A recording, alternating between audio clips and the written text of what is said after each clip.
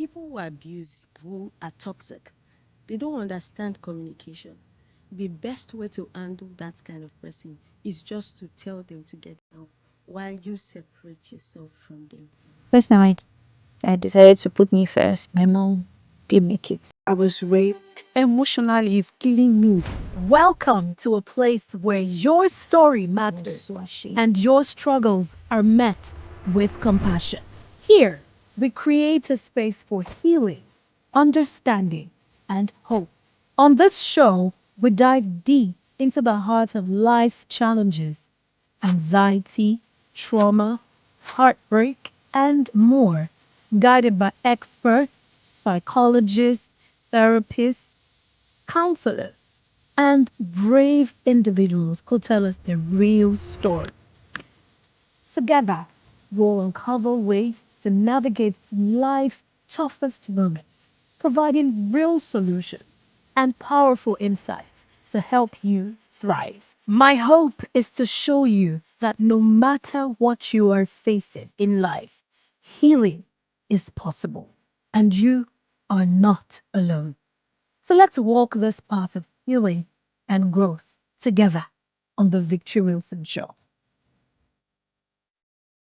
Hi there. Welcome to the Victory Wilson Show, a show dedicated to providing valuable insights and practical solutions to every life challenge that we humans face. Trust that on the Victory Wilson Show, we have psychologists, therapists, counselors, and professional experts to give advice and guidelines that would help us live a better life. My name is Victory Wilson, your host, and we have just listened to the unique story of Juliet. So today we're focusing on the case centered on broken relationships, marital discords, its emotional effects, how it impacts us, how to take note of the red flags when we see them. You know, it's one thing to see them and it's one thing to take note.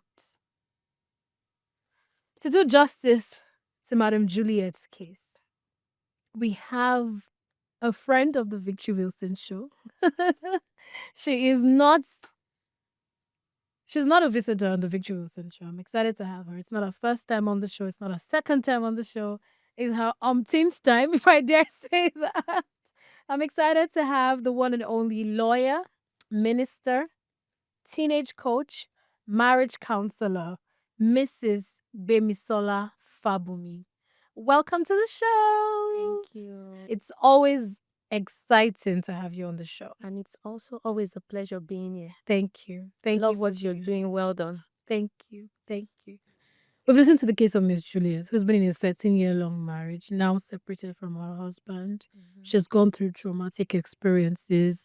You know, by extension, it affected her children. You know, we know that broken homes affects children, but this has a direct impact. Yeah. You know, because she told the story of the husband, how he molested her child, who was just 13-year-old and had to do abortion. First off, let's start with what you think of the whole situation that she's in. All right. Thank you so much. So, her story is quite pathetic, like many other stories that are like that.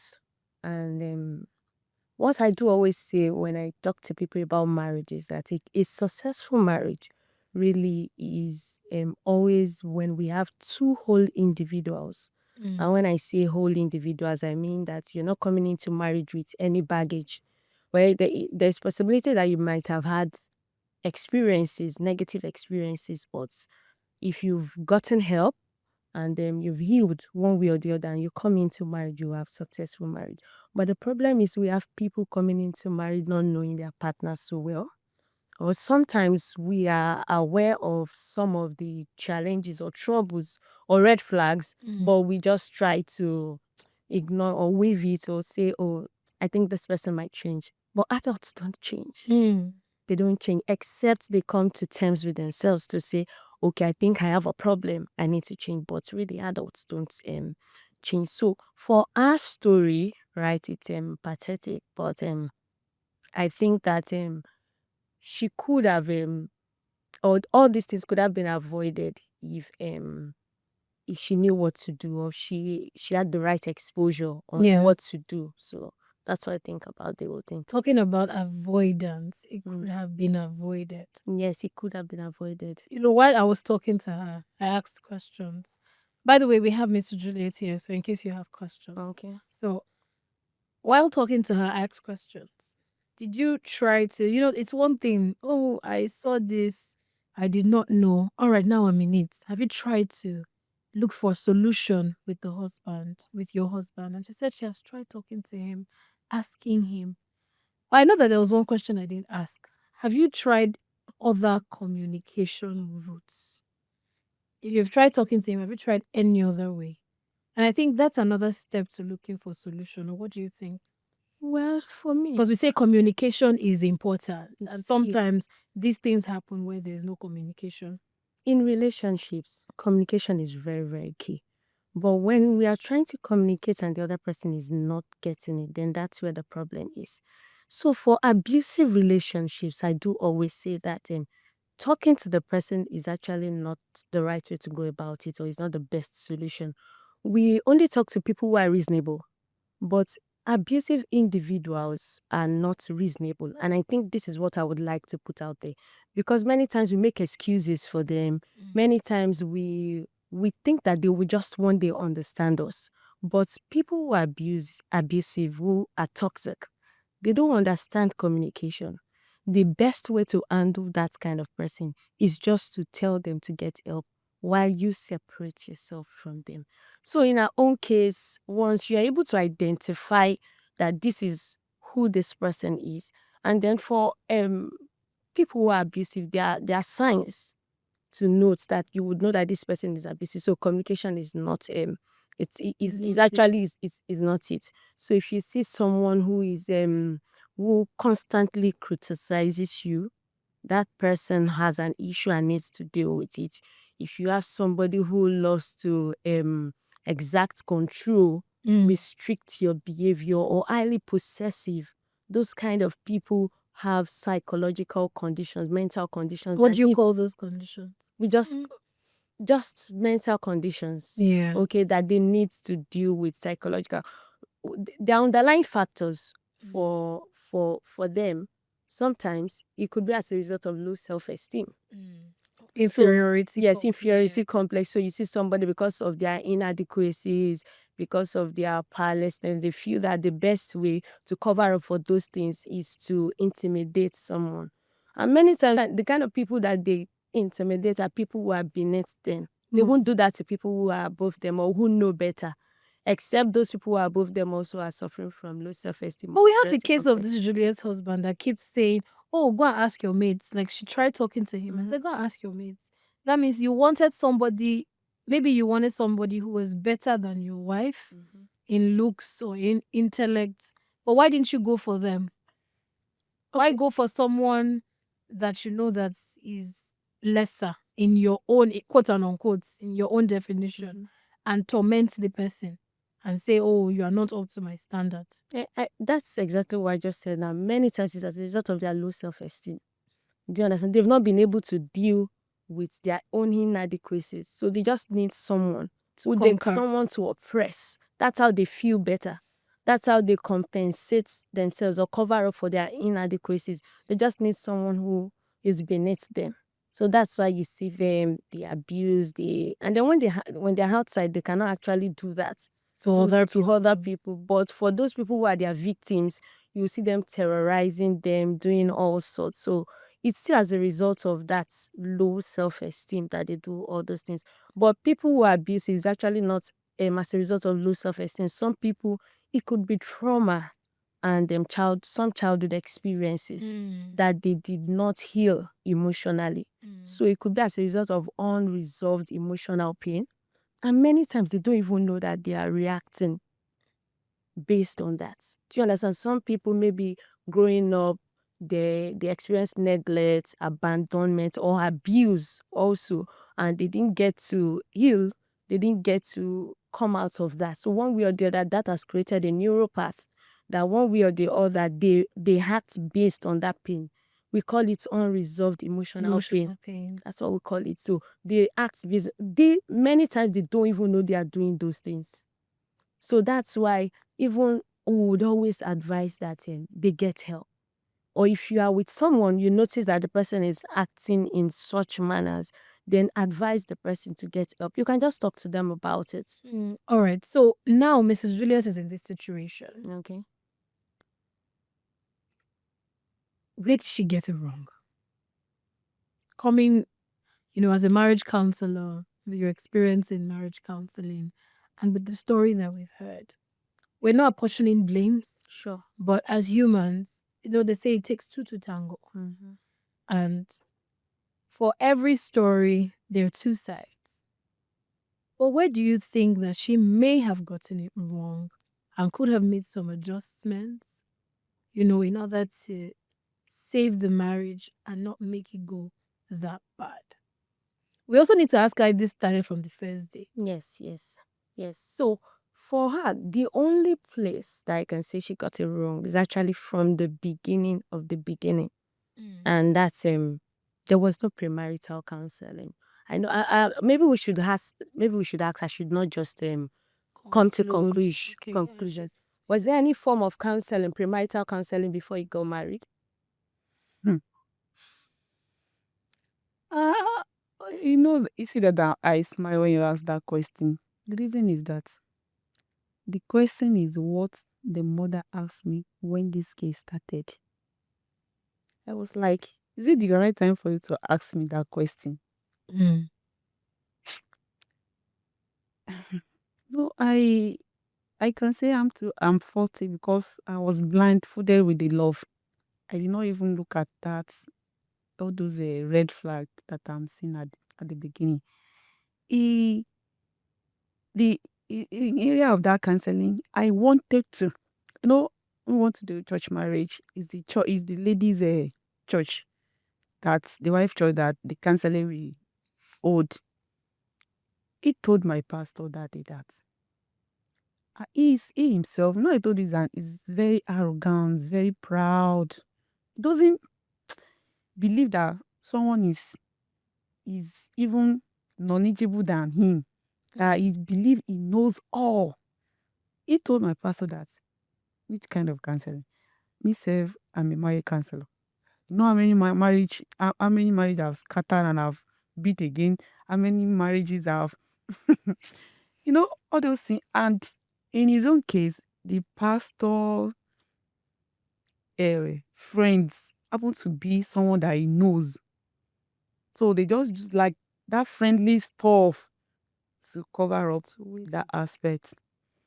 Then you said something concerning the Zig started from the day one, from the beginning. Yes. My firstborn was 6 months old when one of my my younger sister's husband has an accident.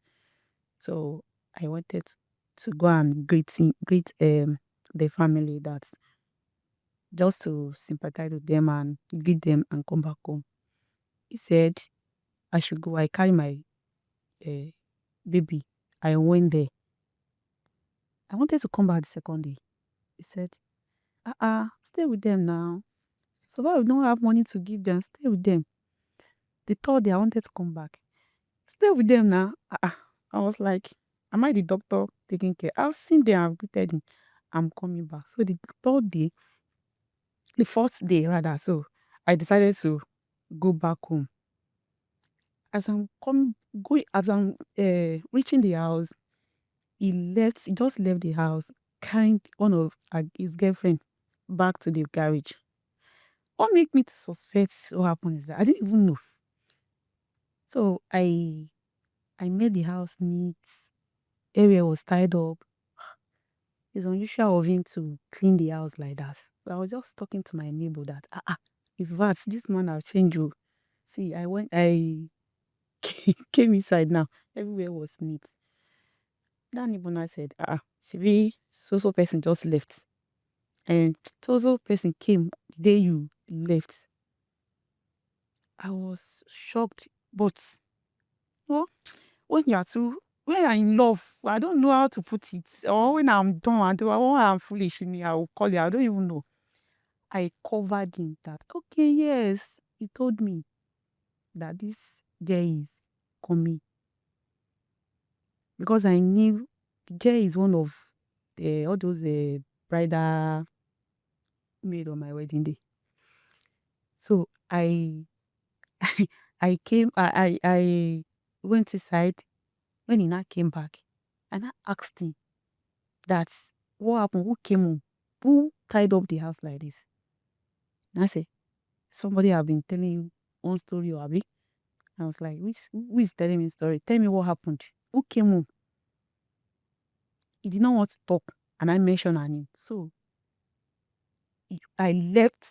You asked me to stay with my sister because of what you wanted to do. Don't you know her? I mentioned her again. Don't you know her?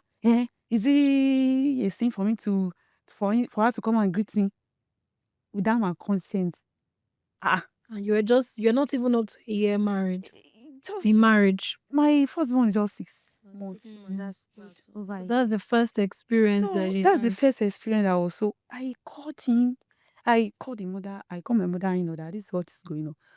That one gave me wrong advice that I should call that gay. Instead of how to, when you are newly married, I don't know anything. They are just being in control. So the signs have always been The signs from are the always been beginning. there. It's that time I decided that I'm leaving, but my mom So what could she insisted have done? that they believe Okay, that so- all men are the same. As a That men are polygamous in nature. That I should not look at that side. Though men are so always like that. They can't be without having their friends or which So- kind of mentality is this?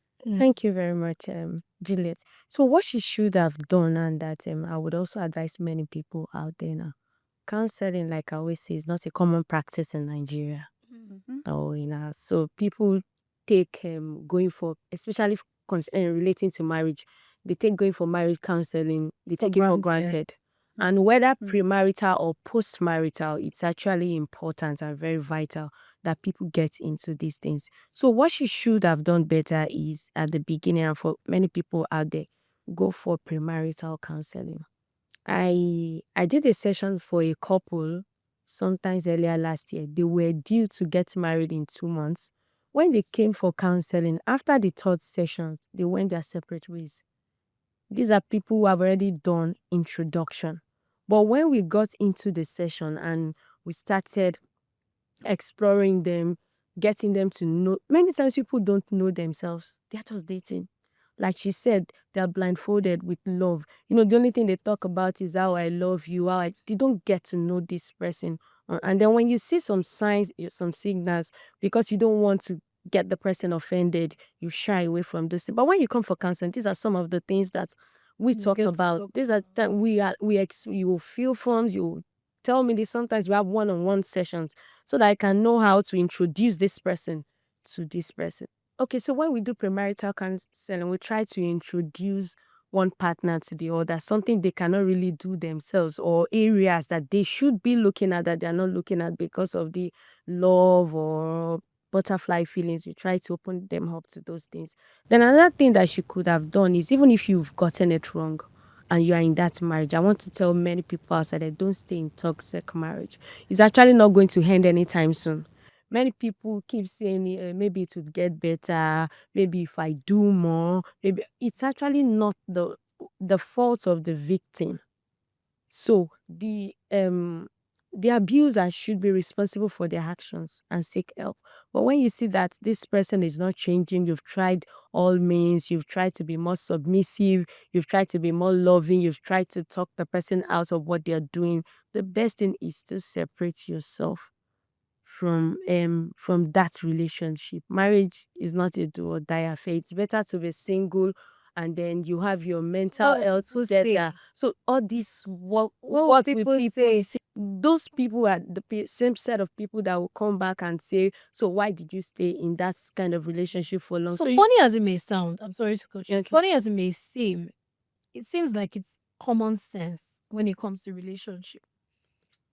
These are red flags. You should know the red flags. But how do you, this question might seem like a simple question, but it's not that simple. Okay. How do you identify those red flags? See, we see things on social media. When a man does this, it's a red flag. When a woman does this, and there are people that still read these posts every time they come out, but they are They still in still fall relationships into. that have the same red flags, but they don't know. How can you identify these red flags? And as a woman, because women are more emotional than logical, how can we build ourselves up to separate ourselves, detach our emotions from our logical thinking once we see those red flags? I think you just answered the question, How? which is detaching your emotions. I'll say the way we can avoid falling into that pit all over and over again is to be knowledgeable. Many people are not knowledgeable, and then the Bible says that for lack of knowledge, the people perish. So, first of all, understand that it's marriage eventually is not going to be about your emotions. In 5 years, in 10 years' time, it's not going to be about that butterfly feelings.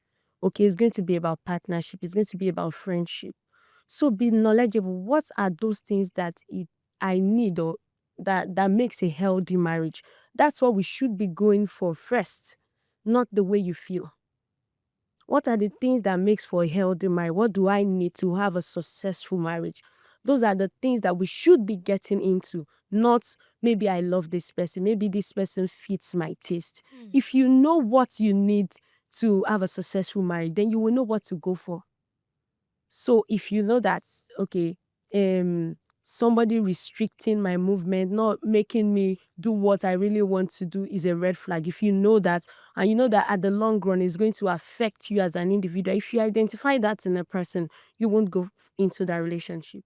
So I think people should start getting knowledgeable, knowing what makes a healthy marriage. I think that the knowledge you're talking about, I'm sorry to cut you there, is knowledge of oneself. Yes. Not even what makes the healthy man. Sometimes women, they know themselves but not enough. Like you mentioned now, you know you like to go out, you like to work. Why do you want to end up with someone that's going to tie you down? So now, the next question is, you're already in it. Like Juliet, Mrs. Juliet. You've gotten into the marriage. What's the escape route for you?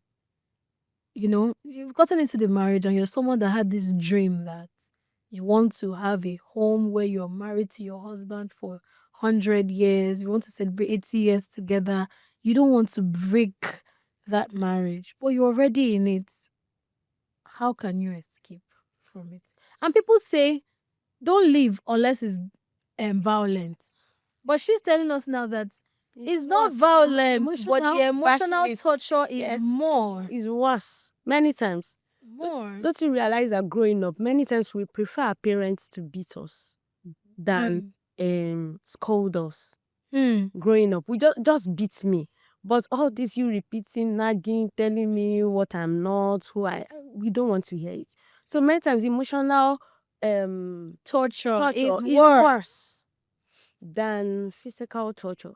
So I understand what she's saying when she's saying that, forget, it does not beat me, but what he's doing to me is worse. So what's the escape route? So the escape route, number one, like you said the other time, is that she should get to know herself. She should come to that point where she starts asking questions.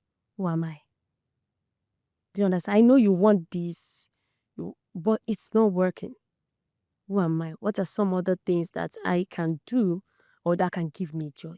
Another thing is find a support system. Many people, once they are married, and even in her own case, you see that she's actually not talking to anyone. She said she's not talking to anyone other than her, maybe a mother-in-law. So find what abusive relationship would do to you is that it will take away the good people around you. And the effect of that is that they can become disconnected. There can be a form of depersonalization whereby they don't even know themselves any longer. But if you are surrounded with people who are in their own right mental state at that point, they can help you. Do you understand? So when you are thinking this, or when you don't even know what to think again, when you don't even know what is right. Because at some point, if you stay so long in an abusive relationship, it can resolve into negative self-talk, can resolve into self-blame. You will not even see the abuser as the one. You will just start passing the blame to yourself. So if you surround yourself with the right set of people, support system, they can help you. During those period when you are down, when you think you are deprived of love and all that, they can show you love. Okay, so those are escape routes. And then with time, you will find yourself getting better. You might have thought that, oh, I can't live with this person.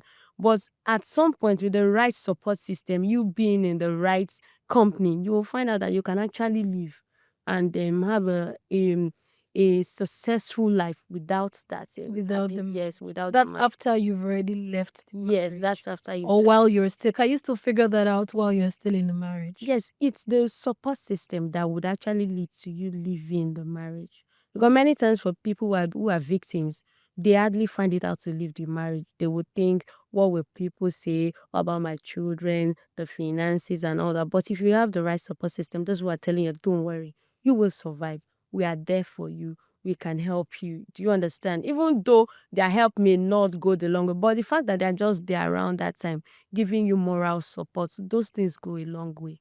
So for the escape route number one is start asking questions. And even you can't ask the right questions until you are out of that relationship. That's just the truth. You won't be able to ask the right question until you are out of that vicinity, of that environment. So separation will always be the best way. If you it will always be the escape route. So yeah, separation is the escape route. When you are in situations like this, you Yes. feel like there's no way further. But there's some people that are asking, we talked about Juliet's case and we said, at the beginning, you say it's too early. People would say the marriage is too early. She said, when should be the best time for the woman to make up her mind to leave the marriage like that?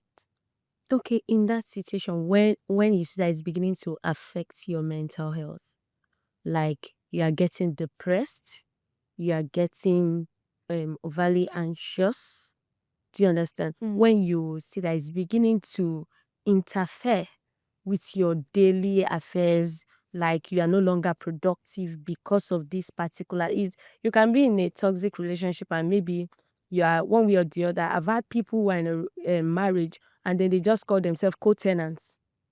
Day your day, let me day my day. And they are married. And they are married. So what's the essence of getting Yes, they're married? just like day your day.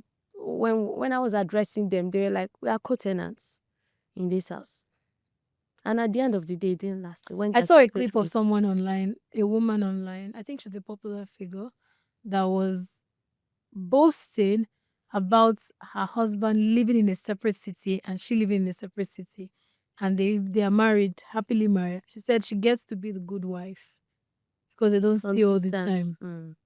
So many times, if they can survive that way, you can still stay in the marriage. Is that even But- healthy as a marriage counselor? No, it's not. But you asked me that. Okay, for people who the marriage is still early, and then you are like, you're asking when is the right? No, not just for early marriages, Okay. like for every type of marriage. Like, when is the right time for the woman to get out? So I'm saying that the right time is when it starts affecting you emotionally. It starts affecting you mentally also. It's interfering with your productivity. You can no longer do things because of the weight of that issues. That's when to get out of the relation. That's the best time to separate. And then sometimes it may not really start like a final separation. You can just say, I think we need a break. And sometimes when people give themselves break, if the person is not that bad, if the person is not bad psychologically, let me just put it that way, they can still rethink things and then come together. Sometimes when people separate and they come together, they are better people. You know what? Let's go find help. You go find help. Let me go find. You are not going to announce to the world that we are separated. Just say, for now, for my mental health's sake, let me be apart for a while. Or if it's something that is not willing to allow you do, you have to do it, like take that step and just intentionally leave the house for a while, and then see maybe by the time you come together you can do better. But if not, I think it's better you just stay away. You just stay away. Now, Maybe we should ask Mrs. Juliet. please go ahead. Are you still with your husband? No, How long have you been separated?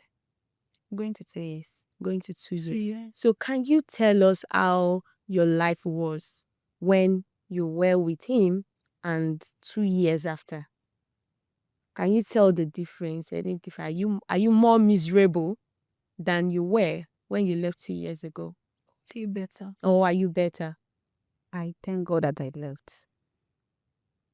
In every aspect, psychologically, mentally, socially, every spiritually, I am better.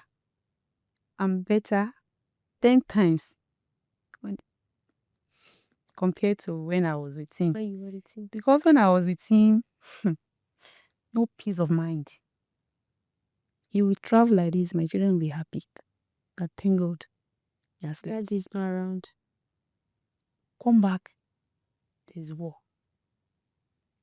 So, what am I gaining? What am I enjoying from that relationship? Very toxic. I'm happy being alone. In fact, I don't mind being single for the rest of my life than go back to him, than having any toxic relationship again. Number one, my children have peace of mind. There's freedom. I think right now than when I was with him. I'm not myself then. I don't even believe what I'm doing. I can do You it. can do it. My children are in school. I'm paying my house rent. Despite the work I'm doing is not giving me what I expected, but God is helping me. God is with me. I'm with my right senses. I can pray to God. Whenever anything I need and I pray to my God, He's doing it for me. So what else am I looking for? Yeah, ma, can I ask one question concerning you said something that the right time for woman to leave To leave the marriage. I have a question I want to ask on that aspect. You said when you're answering it, you said when you discover you are not mentally fit again, should someone wait to that level? Someone that's depressed can never think right though. Now, the fear that kept most of us in the toxic marriage is that financially handicapped. That how am I going to do this one? How am I going to cope with the house rent? How am I going to go with the children's school fees? God is there for you. Until I believe I'm not alone. It's God that gave me those children and He knows how to take care of them. Just start from somewhere. Change your mentality. Know that God has deposited something in you. That these people, these men, I called him beasts because of what he has caused me. This thing, what God has deposited in you that they are covering, it will come out. Some women and some single parents now, I'm not encouraging those people that are married to leave. It's not all the men that are bad. I have that mentality. It's not all of them. But if you notice that the person you are living with is very deadly, is toxic, is not. Yes. Advice now is leave. I beg. Be watchful. Live and Thank you. live. And I would say that it's not even, I think, that's why I asked, how can you identify the red flags and how can you separate your emotions from your logical acts? Because I'm thinking from the beginning, from courtship, right? Don't make this same. I like that you admitted that you made that mistake Yes. and you were just so full of love. And is it, as a marriage counselor, Okay. do you subscribe to women loving their husbands more? That's a topic that we even need to go into. That's it. Should the woman love the husband more, or is the love the duty of the man? I think the question we should be asking is it love that keeps a marriage? So many times when we debate, I think the man should love it's actually not love that keeps marriage. Of course, it's more than love. It's more than It's love. more than love. Okay. But when I talk about love, I'm talking about love because who is the lovey-dovey person in the relationship? It's the woman. Yeah. So when it comes to matters of love, love is from the heart. Not- The men it's like reality has proven that. I don't want to say scientifically proven because I'm sure that we must have had researches, but I've not gotten my hands on any. If not, I would have used that as a backup point. Okay. It's been proven. Men need facts to love you as a woman. The woman most times don't even need facts to love you. They just want to, oh, I like the way, from like, in 2 seconds, it has turned to love. So women easily fall in love. So when we say love, the ones that easily love is women. And when it's like that, and when we love, we lose our sense of logic. Logic. We lose our sense of logic. We most times lose our sense of discernment. Sure. Because we are already emotionally swayed. That's why I'm saying that when it comes to that matter of love that is very deadly for women, is it advisable as a marriage counselor? I know that it's more than love that keeps marriage. Should the man love the woman more, or should the woman be the one that loves the man more? Okay, so because I do not subscribe to that, because I feel that that's actually not what keeps marriage. I may not be able to answer the question. I am sorry. But what we've said earlier is that what would help is that people know what it takes to keep a marriage. What a healthy marriage is. So you don't buy love? It's not that I don't buy You don't love. subscribe to love? I believe that both parties attraction is key. Then you should love each other. Love it. Of course, everything.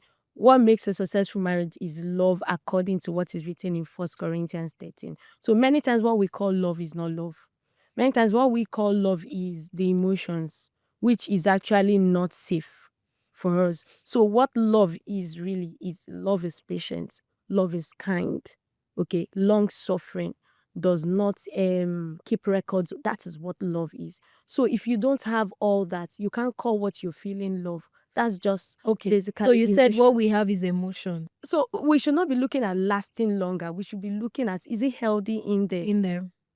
Do you understand? So many times people stay in toxic relationships. Some people die there. In fact, some of our parents, like she was telling me at the backstage before we started, of our mom trying to say, you cannot leave that relationship. You have to endure, because those were their own mentality that when you marry, you stay in there. So now, are you subscribing to? I know that you said that love is not what keeps the marriage. So tell us those things that women should look out for when selecting a partner. Women, men as well, or just men and women alike. Yeah, What are those things that you should look out for when selecting your own partner that you want to spend the rest of your life with? Oh, okay. Yeah. So number one, to start with, I would say know yourself. Okay. If you don't know yourself, there's no way you can be able to identify what you need out there.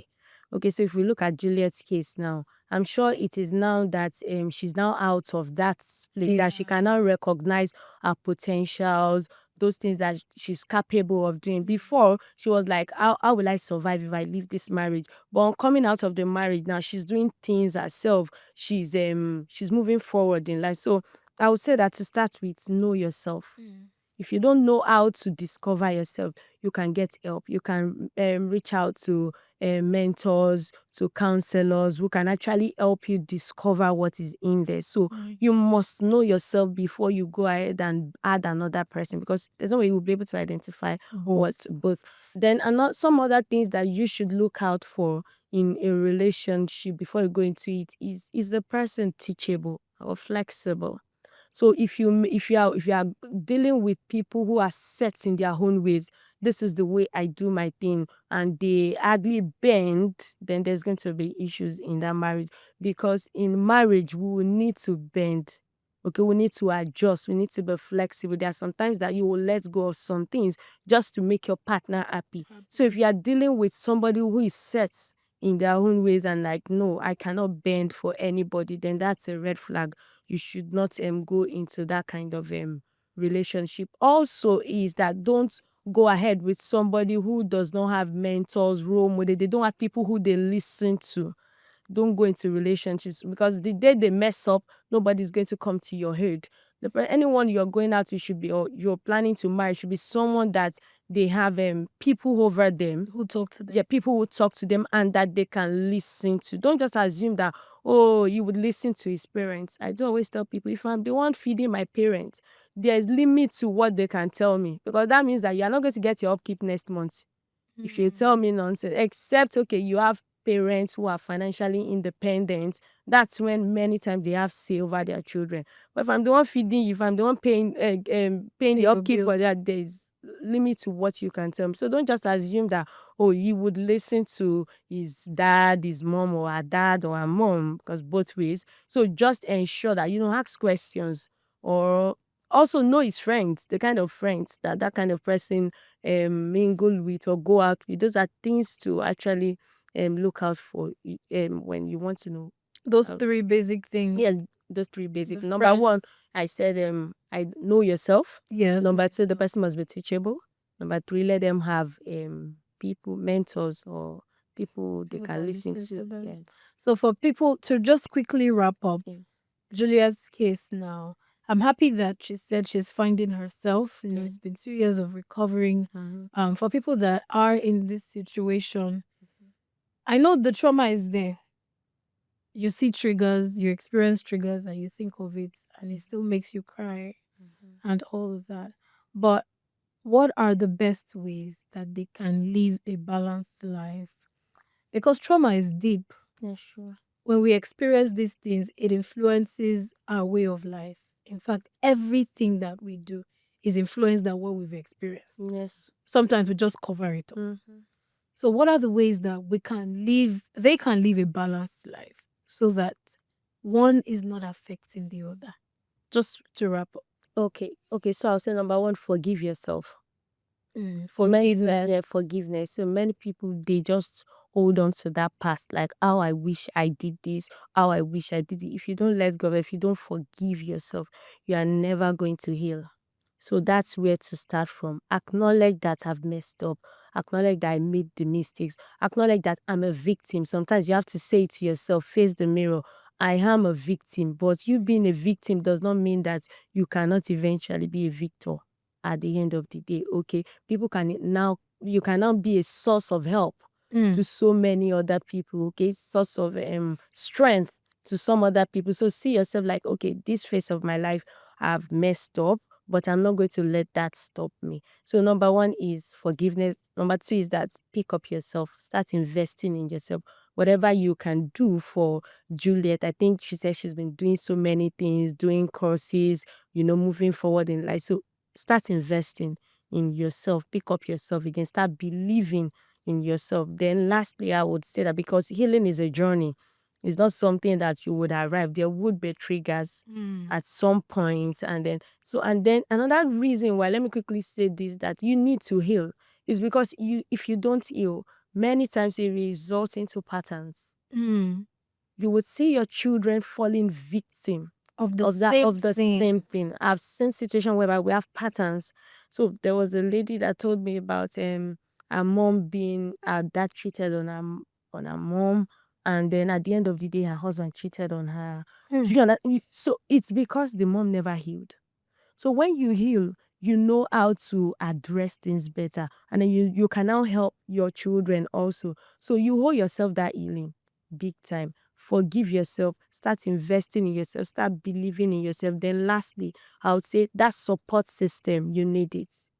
It should always be there. You should never get to a point where you say, oh, I'm fine now.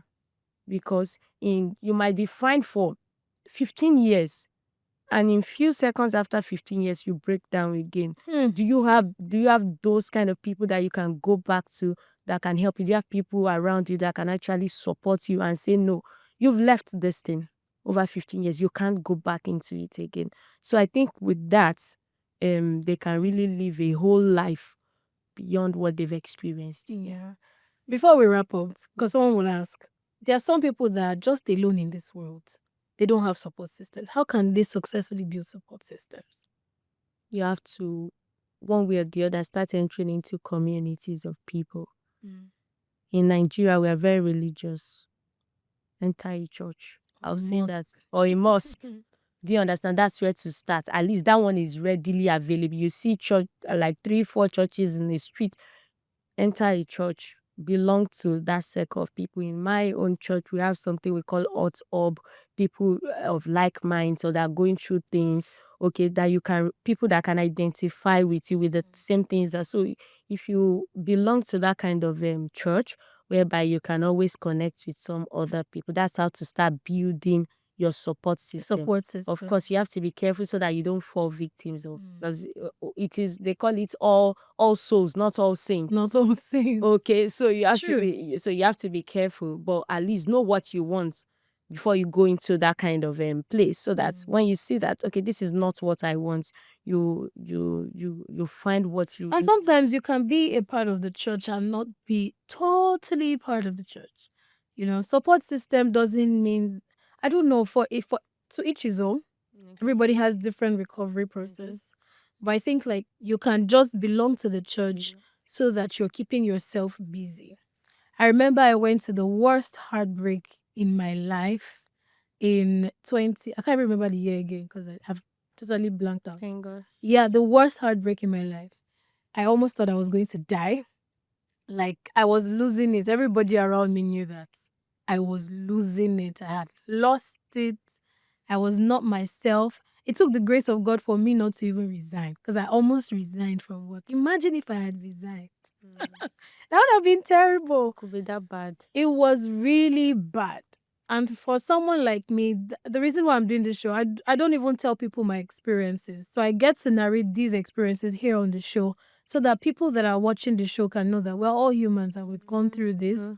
I don't tell people, and I know most of my friends, they just knew that something was wrong, but they didn't know exactly what, except for my mom. I had lost it. I was not myself. I thought I was going to die, although I never attempted suicide. But how I helped myself was by going to church.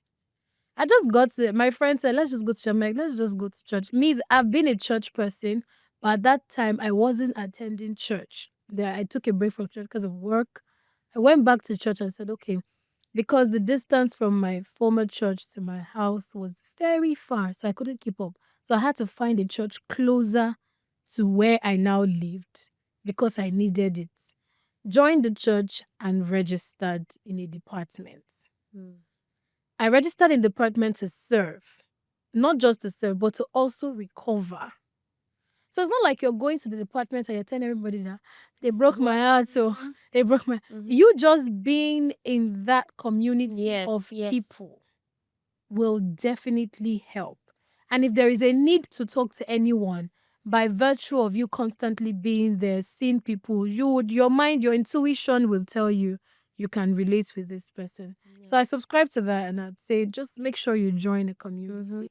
All right, so Mrs. Juliet, hope this really helped, especially the last part where she gave steps on how you can live a balanced life, having gone through that. Yes, it really helps me, because when it started, it be like I'm alone. It's be like I've been like even killing myself. I've thought of it, because I look at myself that I'm so stupid. How did I find myself in this situation? Even I used to ask him one question, that am I the one that gave my picture to you? Did they give my picture to you? Am I the one that toast to you? Am I the one that say I love you? Am I the one that engage you? I don't understand. I ask all those questions. So I, like she said, that go to the community, so people that are more enlightened than I, all those professional therapists. So they really helped me, help my daughter to getting healing. As you have said, that we are not, you can't say that I'm healed already, but we are getting healing. Because at times, transfer of aggression, unnecessary shouting, that you now look at yourself, and say, why am I shouting on this? Why am I, you know? So, but with time, when you are not alone, you are not molded at home, you talk, you mix with positive people. That one to really help. People that understand you more than those that will make jest of you, or that will more, or that will say a lot of negativity. So, and this mirror therapy too really helps me. I'll wake up, I look at myself in the mirror. see the coin.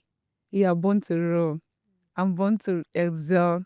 You know, I know you are a winner already. I'll call my name. You are not going to be defeated. You are a winner. And all these your children you are looking at, they are going to be great in life. They are happy and they were all those positive things I took to myself. And yeah, my children will pray, we sing, we talk together, like a family. I give them time. They ask questions. Those things, it really helps. That's good. And also church too. Yes, church too helps. Though in my church, nobody knows what. No, Just Nobody want knows to what. say that that words. thing of looking into the mirror, saying Dancing. all those things, we call it reconditioning. Okay, Reconditioning. so she's trying to recondition herself, and then with time, you see her exhibiting those things that she's saying over time to herself. So that helps Those also. words of Yeah, affirmation. yeah, those words of Do you have any final words of advice? um.